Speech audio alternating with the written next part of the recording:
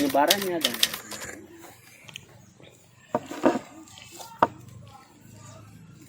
Ya, sebenarnya mungkin ada pertanyaan, mana buktinya bahwa virus ada? Sebetulnya yang kita tanya ini adalah, ada enggak bukti yang menyatakan bahwa virus itu tidak ada? Gitu.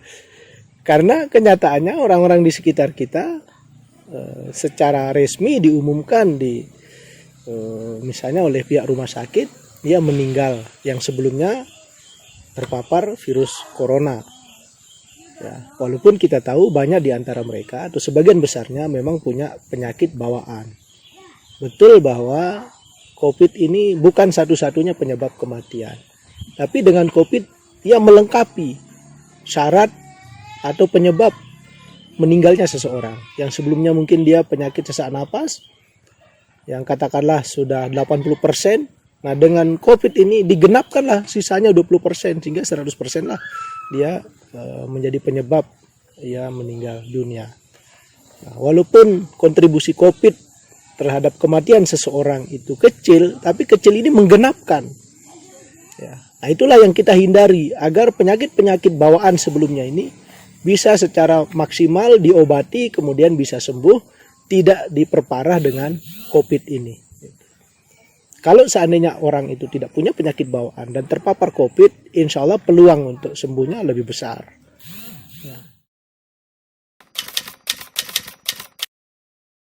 Ya, memang banyak informasi bahwa virus ini merupakan rekayasa, merupakan buatan. Tapi bagi kita, itu tidak penting. Siapa yang membuat virus ini, apakah dia muncul secara alamiah, ataukah virus buatan ya dari pihak-pihak tertentu, itu tidak penting lagi. Yang penting bagi kita adalah bahwa ia sudah ada dan berpotensi menyerang tubuh kita.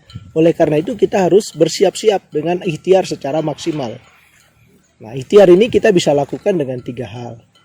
Dan ini yang disarankan oleh para ahli dan juga para guru-guru kita. Pertama adalah tentu secara maksimal kita menjaga kesehatan, kebugaran, dengan rajin berolahraga, dengan memakan makanan yang mengandung nutrisi yang lengkap, ya, berbagai vitamin, mineral, agar secara fisik kita punya cadangan yang cukup, ya, untuk bisa membentuk imun tubuh, sehingga begitu ada penyakit yang muncul dari luar, kekebalan tubuh kita ini sudah siap. Ya. Yang kedua tentu dengan pikiran yang jernih, dengan pikiran yang tenang. Ya, karena pikiran yang tenang, pikiran yang sehat, ya, pikiran yang terbuka, ini akan membantu organ-organ tubuh kita ini berfungsi secara optimal. Dan yang ketiga adalah dengan hati yang bersih, ya, mendekatkan diri kepada Allah Subhanahu wa taala dengan ketenangan, ya, dengan perasaan optimisme, insya Allah, ya, jiwa kita, pikiran kita, badan kita akan tetap sehat.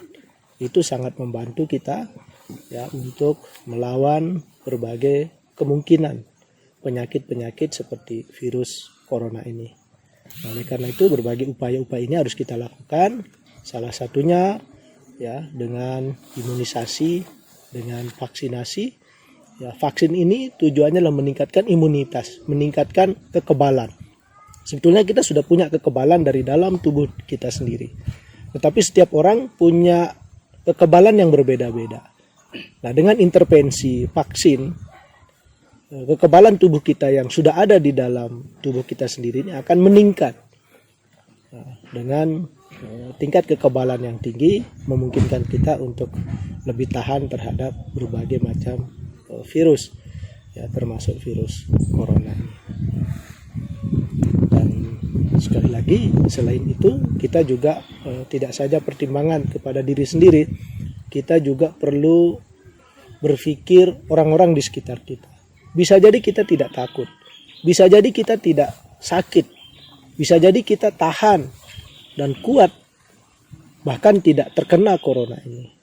Tapi karena sebab, ya, penularan dari kita, kemudian anak-anak kita, ya, keluarga kita, saudara-saudara kita, bapak ibu kita yang mungkin punya penyakit bawaan yang rentan terhadap gangguan virus. Itu juga perlu kita pikirkan, sehingga kita tidak boleh ego hanya berpikir tentang diri sendiri, kita juga harus berpikir dengan orang-orang di sekitar kita. Dan sampai kita menjadi penyebab mudarat